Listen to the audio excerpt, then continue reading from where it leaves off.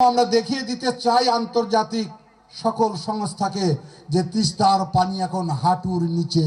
বহু পথ বহু সময় আমরা অতিক্রম করেছি।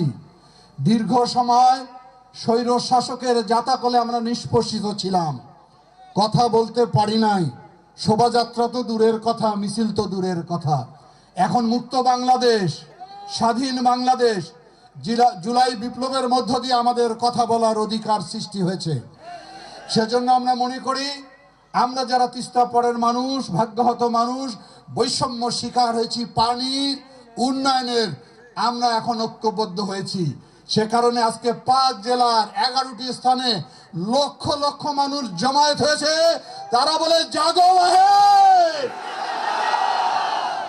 রংপুরের আওয়াজ, এই রংপুর ছিল রঙের রসে ভরপুর, তাকে আজকে বিরান ভূমিতে পরিণত করা হয়েছে। ছিন্নমূল মানুষ বাড়িঘর হারিয়ে দেশান্তরিত হয়েছে, কে কোথায় চলে গেছে আমরা কিছুই জানি না।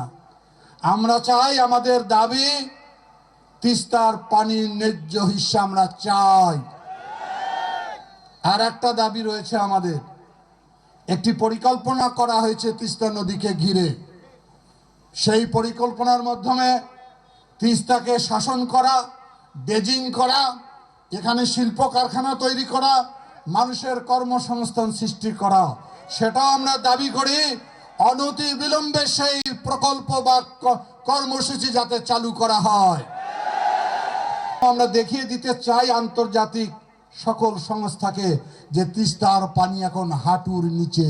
যে তিস্তা ছিল বহমান, যে তিস্তা ছিল পানির কলতানে মুখরিত, সে তিস্তা এখন ধুধু বালুচর। এইখানে আজকে সন্ধ্যার পর জারি গান, পালা গান, নাটকের আয়োজন করা হয়েছে তিস্তার জীবন কাহিনী নিয়ে। সেটা আপনারা সবাই থাকবেন, উপভোগ করবেন। আগামীকাল আমাদের জন্য সবচেয়ে বড় বার্তা হলো আমাদের প্রিয় ভারপ্রাপ্ত চেয়ারম্যান, আগামী দিনে যিনি রাষ্ট্রের দায়িত্ব গ্রহণ করবে জনগণের ম্যান্ডেটে, সেই প্রিয় মানুষ জনাব তারেক রহমান আপনাদের এই আন্দোলনের সঙ্গে সংহতি জানানোর জন্য স্কাইপিতে আপনাদের সঙ্গে যুক্ত হবেন। সুতরাং আমরা মনে করি সেই আগামীকালের সকল অনুষ্ঠানে সকল মানুষের উপস্থিতি দিয়ে আমরা আগামী দিনও জোরে আওয়াজ তুলতে চাই, জাগো আহে।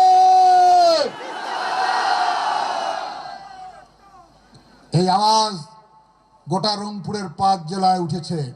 ধীরে ধীরে এটা বাংলাদেশ প্রকম্পিত হয়েছে। আমরা জানি জীবনে আমরা অনেক কষ্ট করেছি, নদী ভাঙ্গা চরের মানুষ।